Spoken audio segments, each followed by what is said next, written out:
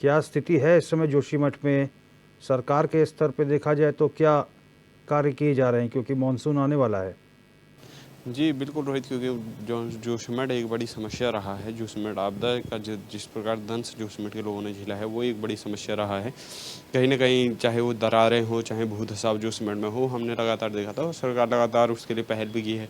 चाहे विस्थापन की बात हो, चाहे तमाम ऐसी बातें हों जो लगातार जोशीमठ के लिए सरकार करती आ रही है। लेकिन कहीं न कहीं अभी भी जो दंश है, वो लोग अभी भी झेल रहे हैं। लोगों के घरों में दरार आना हो, चाहे भू-धसाव हो, भूस्खलन हो, वो समस्याएँ लगातार आ रही हैं और पूरी मानसून ने उत्तराखंड में दस्तक दे दी है और ऐसे में मानसून जो है देहरादून जोशीमठ के लिए एक बड़ी समस्या बनकर सामने आता है। और कहीं न कहीं अगर इस पर काम नहीं हो, ड्रेनेज सिस्टम की व्यवस्था हो या पानी की निकासी ना हो, तो वो एक चर्चित समस्या जो है बना रहेगा और एक विकट समस्या बनकर जोशीमठ के लोगों के सामने आएगा।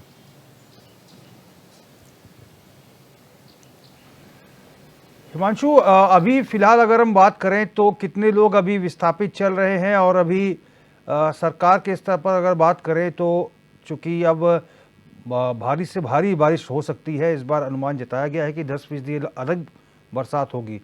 तो इस स्थिति में सरकार के द्वारा क्या प्रयास किए जा रहे हैं?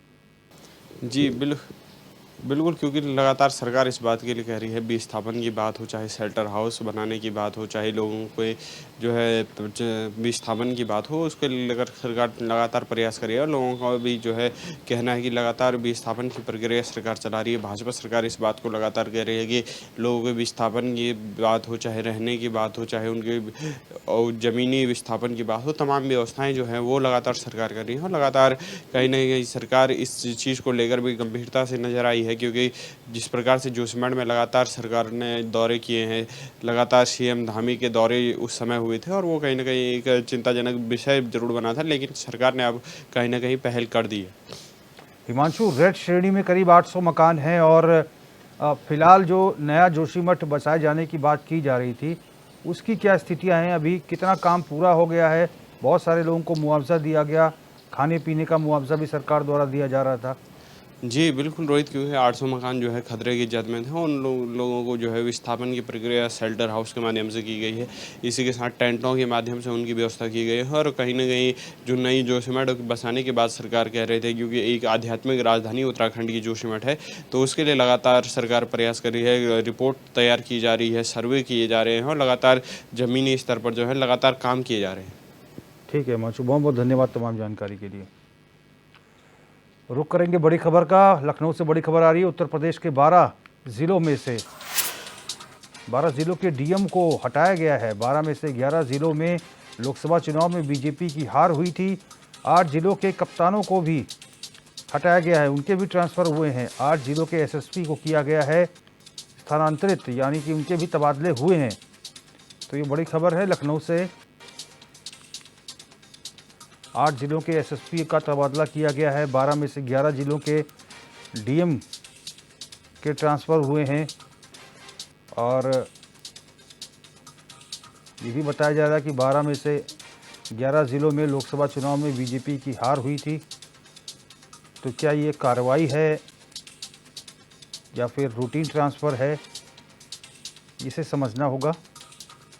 लेकिन फ़िलहाल बड़ा फैसला यहाँ पर उत्तर प्रदेश सरकार ने लिया है। 8 एसएसपी को उनके तबादले हो गए हैं। 11 जिलाधिकारियों को हटा दिया गया है, उनके ट्रांसफ़र कर दिए गए हैं। बताया जा रहा है कि 12 में से 11 जिलों में बीजेपी हारी है।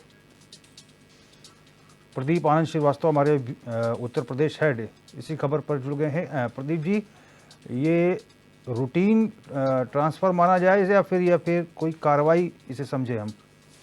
देखिए रोहित, इसको हम दोनों तरीकों से देख सकते हैं। जैसा अभी आप बता रहे थे, जिस तरह से पश्चिमी उत्तर प्रदेश में भारतीय जनता पार्टी की स्थिति डल हुई है, जिस तरह से उसकी सीटें कम निकली हैं, इसको हम राजनीतिक घटनाक्रम से भी जोड़ के देख सकते हैं और इसको हम रूटीन ट्रांसफर भी कह सकते हैं। लेकिन रूटीन ट्रांसफर इसलिए नहीं कहेंगे क्योंकि कुछ ऐसे डीएम थे जो बहुत ही अच्छे हैं, जैसे आंध्रे वामसी बस्ती के डीएम थे, वो अपने शानदार कार्यकाल के लिए जाने जाते हैं। उनको हटाया गया वहां से, क्योंकि बस्ती में अगर हम बात करें तो सांसद के पद पे थे हरीश द्विवेदी, जो राष्ट्रीय महासचिव हैं भारतीय जनता पार्टी के बिहार प्रदेश प्रभारी हैं और एक कद्दावर नेता थे और वो चुनाव हार गए। कहीं ना कहीं से ये सारी चीजें जो है छल के सामने आ रही हैं, लेकिन इसको जब तक शासन से कोई प्रतिक्रिया ना मिले तब तक हम इसको रूटीन ट्रांसफर ही मान सकते हैं। लेकिन जो चुनावी गणित लगाने वाले गणितज्ञ हैं और जो समझने वाले उत्तर प्रदेश ब्यूरोक्रेसी को समझने वाले लोग हैं, उनके अनुसार अभी इस तरह के और ट्रांसफर होने बाकी हैं। तमाम ऐसे नाम है लिस्ट में जिनसे जो जिले का प्रभार है वो छीन सकता है, नए लोगों को जगह मिल सकती है। तो ये जो है कल देर शाम तबादला एक्सप्रेस उत्तर प्रदेश में चला है। कुछ और नाम है जिन पे आज मोहर लगनी बाकी है, क्योंकि सीएम योगी गोरखपुर में है। मुझे उम्मीद है कि वो जो ही लखनऊ आएंगे एक और तबादला लिस्ट जारी हो जाएगी। बिल्कुल सही कहा प्रदीप जी आपने, क्योंकि जो तमाम जिलाधिकारी हैं वो जिला निर्वाचन अधिकारी रहते हैं चुनाव के दौरान और उनके ऊपर पूरा दारोमदार रहता है। और ऐसे में हम समझ सकते हैं कि सरकार तो भले कुछ ना कहे, धीरे धीरे लिस्ट वाइज सबके ट्रांसफ़र होंगे, यानी कि हम समझ सकते हैं कि कार्रवाई तो हुई है, क्योंकि समूचा जो बागडोर है जिलाधिकारी के हाथ में रहता है, चाहे वो मतदान के समय का रहा हो या मतगणना के समय का रहा हो। बिल्कुल, आपने एकदम सही फरमाया। जिस तरह से रिटर्निंग ऑफिसर का एक दायित्व होता है, वोट का प्रतिशत, सबसे बड़ी बात है कि अगर हम झांसी को छोड़ दें तो पूरे उत्तर प्रदेश में वोट का प्रतिशत बिल्कुल बढ़ता हुआ नहीं नजर आया था। बस्ती की अगर बात करें तो 46% वोटिंग हुई थी। और इसी तरह से अगर हम गोरखपुर की बात करें, गोरखपुर में भी 52% वोटिंग हुई थी। इसके अलावा प्रदेश के तमाम ऐसे जिले हैं जहाँ पर वोटिंग प्रतिशत कम रहा। निश्चित रूप से ये जिलाधिकारियों का फेल्योर है जिस पर ये एक्शन हुआ है और आगे इस तरह का एक्शन और होगा। अभी कई जिलों के आईपीएस और आईएएसओं को बदलना बाकी है। निश्चित रूप से जो सरकार है, सरकार की जिस तरह की मंशा है, उस मंशा के अनुरूप अगर कोई काम नहीं करता तो उसको भी बाहर का रास्ता देखना होगा। तो तमाम चीजें हैं, तमाम ऐसे बिंदु हैं जिनको लेकर हम इस पूरे तबादला को देख सकते हैं। ठीक है प्रदीप जी, आप बने रहिए, आपसे आगे भी अपडेट लेंगे। और लखनऊ से एक बड़ी खबर और आ रही है, एयरपोर्ट पर 18 यात्रियों को छोड़ गई इंडिगो की फ़्लाइट। तो ये देखिए बड़ी खबर, बिना 18 यात्रियों के ही उड़ गई फ़्लाइट। देहरादून से वाराणसी जा रहे थे यात्री, लखनऊ में यात्रियों को उतारा था, वाराणसी रवाना हो गई इंडिगो की फ़्लाइट। यानी यात्रियों के एयरपोर्ट पर ही छोड़ के फ़्लाइट चली गई और एयरपोर्ट पर यात्रियों ने जमकर हंगामा भी किया। तो ये बड़ी चूक है। वाराणसी फ़्लाइट रवाना हो गई और यात्रियों को एयरपोर्ट पे ही छोड़ गई। 18 यात्रियों को बिना लिए ही फ़्लाइट टेक ऑफ हो गई। लखनऊ एयरपोर्ट पर 18 यात्रियों को छोड़ गई इंडिगो की फ़्लाइट। ये बड़ी चूक कह सकते हैं। प्रदीप आनंद श्रीवास्तव हमारे यूपी हेड लगातार बने हुए हैं। प्रदीप आनंद जी, ये तो बड़ी चूक कही जाएगी क्योंकि 18 यात्रियों को लिए बगैर ही टेक ऑफ कर गई फ़्लाइट। बिल्कुल, जिस तरह से देहरादून से वाया लखनऊ होकर वाराणसी के लिए ये फ्लाइट थी और देहरादून से जो यात्री आए हुए थे उनको निश्चित रूप से वाराणसी जो है दर्शन करने जाना था और तमाम ऐसे लोग थे जिनको अपने बिजनेस पर्पज से भी जाना था। और वाराणसी और देहरादून के बीच में जो एक संबंध है, व्यापारिक संबंध, वो भी अपने आप में बड़ा संबंध है। और ऐसी स्थिति में अगर कोई फ्लाइट अगर वाया होके जाती है, अगर उसको स्टे करना होता है, फिर वहाँ से जो क्रू मेंबर है उनकी जिम्मेदारी बनती है कि वो अपने सभी यात्रियों को एक साथ लेकर जाएं।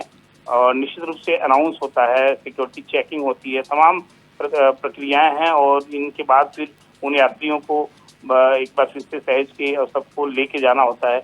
लेकिन ये एयरपोर्ट अथॉरिटी और एयरपोर्ट जो एयरलाइन की कंपनी है उसकी एक बहुत बड़ी चूक है, जिसकी वजह से यात्रियों ने हंगामा किया। बहरहाल दूसरे फ्लाइट का अरेंज करके इनको किसी तरह इनके गंतव्य स्थान तक भिजवाया गया, लेकिन ये बड़ी चूक है। और इस तरह से निश्चित रूप से जिस तरह से यात्रियों ने हंगामा किया था, ये लखनऊ में इस तरह का ये पहला जो है वो अवसर देखने को मिला कि यात्रियों को फ्लाइट छोड़ के चली गई। तो निश्चित रूप से ये बड़ी चूक मानी जा रही है। अच्छा प्रदीप जी, ये एयरपोर्ट अथॉरिटी की चूक मानी जा रही है या फिर जो एयरलाइंस कंपनी है, कहाँ मतलब कम्युनिकेशन गैप रह गया, क्या समस्या रही? रोहित जी देखिए, ये दोनों की गलती मानी जाएगी, क्योंकि देखिए एयरपोर्ट अथॉरिटी का काम होता है जो प्रॉपर वे में जो भी यात्री आ रहे हैं वो कहाँ से आ रहे हैं, कहाँ जा रहे हैं, इनकी डिटेलिंग करना और उनके साथ सामंजस्य स्थापित करना। अगर मान लीजिए कोई ऐसा यात्री है, अगर वाया करके जाता है, अगर स्टॉपेज है किसी भी एयरक्राफ्ट का और वहां पर वो रुकता है तो निश्चित रूप से एयरपोर्ट अथॉरिटी के लोग उसको रिसीव करते हैं या फिर उसका एक डाटा मेंटेन होता है। ऐसी स्थिति में ना डाटा मेंटेन हुआ और दूसरी जो गलती है वो एयरलाइंस वालों की है। क्रू मेंबर्स को पता है कि हमारी इतनी सीटें खाली जा रही हैं और ये जो फ्लाइट है वो वाराणसी तक बुक है, तो उनको एक बार चेक करना चाहिए, चेक करने के बाद ही टेक ऑफ करना चाहिए। तो ये दोनों की संयुक्त गलती है। अभी फिलहाल इस पे कोई जांच के आदेश नहीं मिले हैं, लेकिन जिस तरह से ये बवाल हुआ है, उम्मीद है कि दोपहर तक एयरपोर्ट अथॉरिटी कोई ना कोई बयान जारी कर देगी। ठीक है प्रदीप आनंद श्रीवास्तव जी, बहुत बहुत धन्यवाद तमाम इनपुट्स के लिए आपका। अगली बड़ी खबर कानपुर से आ रही है। पुलिस ने रोकी ब्लैक फिल्म लगी गाड़ी, यानी पुलिस ने ब्लैक फिल्म लगी गाड़ी रोकी है। बीजेपी नेता शैलेंद्र त्रिपाठी की थी गाड़ी। पुलिस से भिड़ गए बीजेपी नेता का बड़बोला बयान आया सामने, कहा 50 गाड़ियां और मंगवा रहा अभी। यानी कि नेताजी के आगे का नियम कानून कुछ नहीं है, ब्लैक फिल्म लगाना प्रतिबंधित है। और जब पुलिस ने रोका तो नेताजी धौंस देने लगे कि भी 50 गाड़ियां और मंगवा रहा हूं जिसमें ब्लैक फिल्म लगी है। तुम झंडा देख के गाड़ी रोक देख के गाड़ी रोक रहा है। तुम झंडा देख के गाड़ी रोक देख के गाड़ी रोक रहा है। नहीं बिल्कुल तुमने लगाया। अभी मैं ट्रीटमेंट करके जाऊंगा, ऐसे जाऊंगा नहीं। समाजवादी पार्टी तुम्हारी चल रही ना, तुम अखिलेश को लाने के लिए काम कर रहे हो। अरे ले आओ अखिलेश को, ले आओ कर अखिलेश तुम झंडा।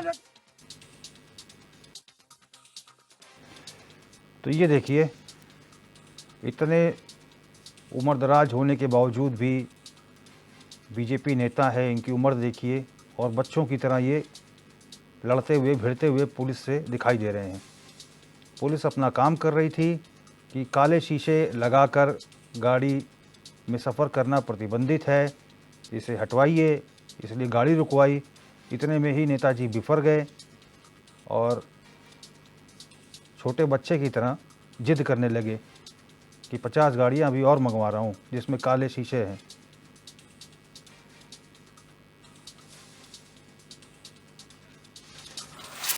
अगली बड़ी खबर का रुख करेंगे, सीतापुर से आ रही है। 5 अध्यापकों पर बड़ी कार्रवाई हुई है। बीएसए ने बर्खास्त करने का नोटिस जारी किया है। अध्यापक लंबे समय से अनुपस्थित चल रहे थे। 3 अध्यापकों पर हो चुकी है निलंबन की कार्रवाई। बीएसए ने 11 अनुदेशकों को जारी किया है नोटिस। सभी अनुदेशक भी चल रहे थे अनुपस्थित। तो बड़ी कार्रवाई शिक्षा विभाग में देखी जा रही है। बीएसए ने 11 अनुदेशकों को भी नोटिस जारी किया है। 5 अध्यापकों को नोटिस जारी किया है। 3 को निलंबित भी किया जा चुका है। लंबे समय से ये अनुपस्थित चल रहे थे और नोटिस भी जारी कर दिया गया है। अजय सिंह हमारे संवाददाता सीतापुर से ज़्यादा जानकारी के साथ जुड़ गए हैं। अजय, ये बड़ी कार्रवाई कह सकते हैं और जैसा बताया जा रहा है कि लंबे समय से ये अनुपस्थित चल रहे थे, क्या है पूरा प्रकरण? जी आपको बता दें, ये सीतापुर में जो है बीएसए जो बेसिक शिक्षा अधिकारी हैं अखिलेश प्रताप सिंह, इनको लगातार जो है शिकायतें मिल रही थी कि सीतापुर जिले में जो अलग अलग विद्यालयों में जो है प्रधानाध्यापक जो हैं, जो हेड मास्टर हैं और अनुदेशक जो अनुपस्थित चल रहे थे, इन पर कोई कार्रवाई नहीं हो रही थी। लेकिन जैसे ही यहाँ पर डीएम जो है जिला अधिकारी जो है अनु सिंह का तबादला जो है मुरादाबाद होता है, वहाँ से चित्रकूट से जो नए डीएम यहाँ पर जैसे इनकी तैनाती की जाती है, बीएसए जो है हरकत में आ जाते हैं और कल जो है बड़ी कार्रवाई करते हैं जिसमें 11 अनुदेशक जो हैं इनको नोटिस जारी करते हैं और जो ये लगातार अनुपस्थित चल रहे थे। इसके बाद जो 5 अध्यापक है उन पर 3 के निलंबन की कार्रवाई की गई है और बाकी पर नोटिस जारी की गई है। जी चलिए, बहुत बहुत धन्यवाद अजय तमाम जानकारी के लिए। बढ़ेंगे आगे। सोनभद्र में अवैध रूप से ट्रकों द्वारा वसूली करने के आरोप में 5 पुलिसकर्मी निलंबित किए गए हैं। रॉबर्ट्सगंज कोतवाली क्षेत्र के हिंदुआरी चौकी पर तैनात हेड कांस्टेबल आशीष कुमार यादव, धनंजय राय और कांस्टेबल संदीप कुमार निर्मल को सस्पेंड कर दिया गया है। रॉबर्ट्सगंज कोतवाली में तैनात हेड कांस्टेबल रमादत्त दुबे और कांस्टेबल विजय प्रसाद को भी एसपी ने निलंबित किया है।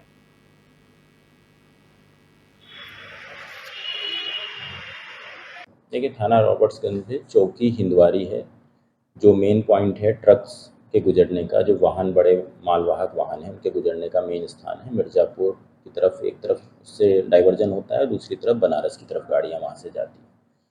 तो उस पर चौकी इंचार्ज की लिखित रिपोर्ट आई है, शिकायत आई थी कि कुछ सिपाही जो हैं, सिपाही और head constable head constable private लोगों को रख के वसूली का कार्य कराने का लगातार प्रयास करते रहते हैं।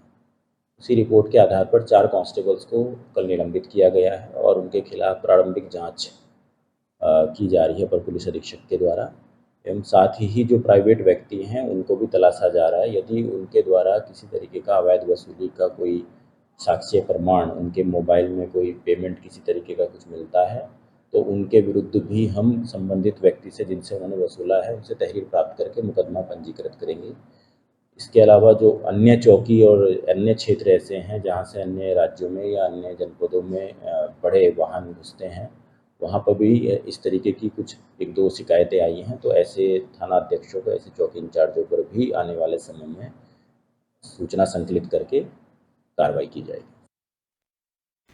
कानपुर में राष्ट्रीय दिव्यांग पार्टी ने विधायक के कार्यालय पर जोरदार प्रदर्शन किया। विधायक सुरेंद्र मैथानी के कार्यालय के बाद खाट लगाकर नौकरियों में आरक्षण की मांग की गई, जिसके बाद विधायक सुरेंद्र मैथानी ने मांगों को मुख्यमंत्री के समक्ष रखकर पूरा करवाने का आश्वासन दिया। राष्ट्रीय दिव्यांग पार्टी के राष्ट्रीय अध्यक्ष वीरेंद्र कुमार ने बताया कि आंदोलन को आगे बढ़ाते हुए सांसदों के कार्यालयों पर प्रदर्शन होगा। वीरेंद्र कुमार ने कहा कि जनप्रतिनिधियों को दिव्यांगजनों के प्रति उनकी जिम्मेदारी का एहसास कराने के लिए आंदोलन किया जा रहा है। जब तक दिव्यांगजनों की मांगें पूरी नहीं हो जाती, तब तक इसी तरह जनप्रतिनिधियों के कार्यालयों पर प्रदर्शन जारी रहेगा।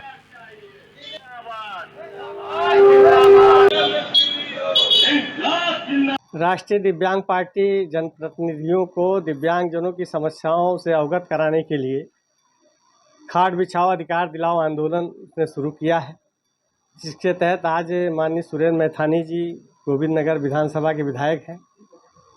उनके कार्यालय में हम लोगों आज खाट बिछाकर और अपना ज्ञापन प्रेषित किया है। माननीय मुख्यमंत्री जी के नाम संबोधित ज्ञापन है, जिसमें दिव्यांगजनों का रिजर्वेशन कोटा पूरा कराने की मांग है, सामाजिक समानता कानून बनाकर नौकरी, रोजगार, स्वास्थ्य, शिक्षा, सुरक्षा की मांग है, 100% गारंटी देने की मांग है, आयुष्मान अंत्योदय योजना के कार्ड बनाने की मांग है। तमाम 10 सूत्री डिमांड है, जिसको हम लोगों ने आज प्रेषित किया है। विधायक जी ने टेलीफोन पर हमको आश्वस्त किया है कि वो माननीय मुख्यमंत्री जी के सामने हमारी मांगों को रख करके उसको पूरा कराने का प्रयास करेंगे और उसके बाद हम लोगों ने आंदोलन खत्म। माननीय वीरेंद्र जी अध्यक्ष जी ने एक मुख्यमंत्री जी के नाम पत्रक दिया है और एक विधायक जी से वार्ता हुई थी, क्योंकि अचानक विधायक जी को लखनऊ जाना पड़ गया। इस कारण उनसे टेलीफोन पर वार्ता हो चुकी है अध्यक्ष जी की, और उस क्रम में हमने विज्ञापन लिया है जो मुख्यमंत्री जी तक माननीय विधायक जी पहुंचाएंगे। और लोकल समस्याओं में 2 अधिकारियों से मैंने बात किया, उन्होंने आश्वस्त किया है और अध्यक्ष जी को बुलवाया भी है, उन्हें संतुष्ट करेंगे, ये उनकी जिम्मेदारी बनती है। इस बुलेटिन में फिलहाल मेरे साथ बस इतना ही। देश और प्रदेश की तमाम बड़ी खबरों के लिए आप देखते रहिए HNM 24/7। नमस्कार।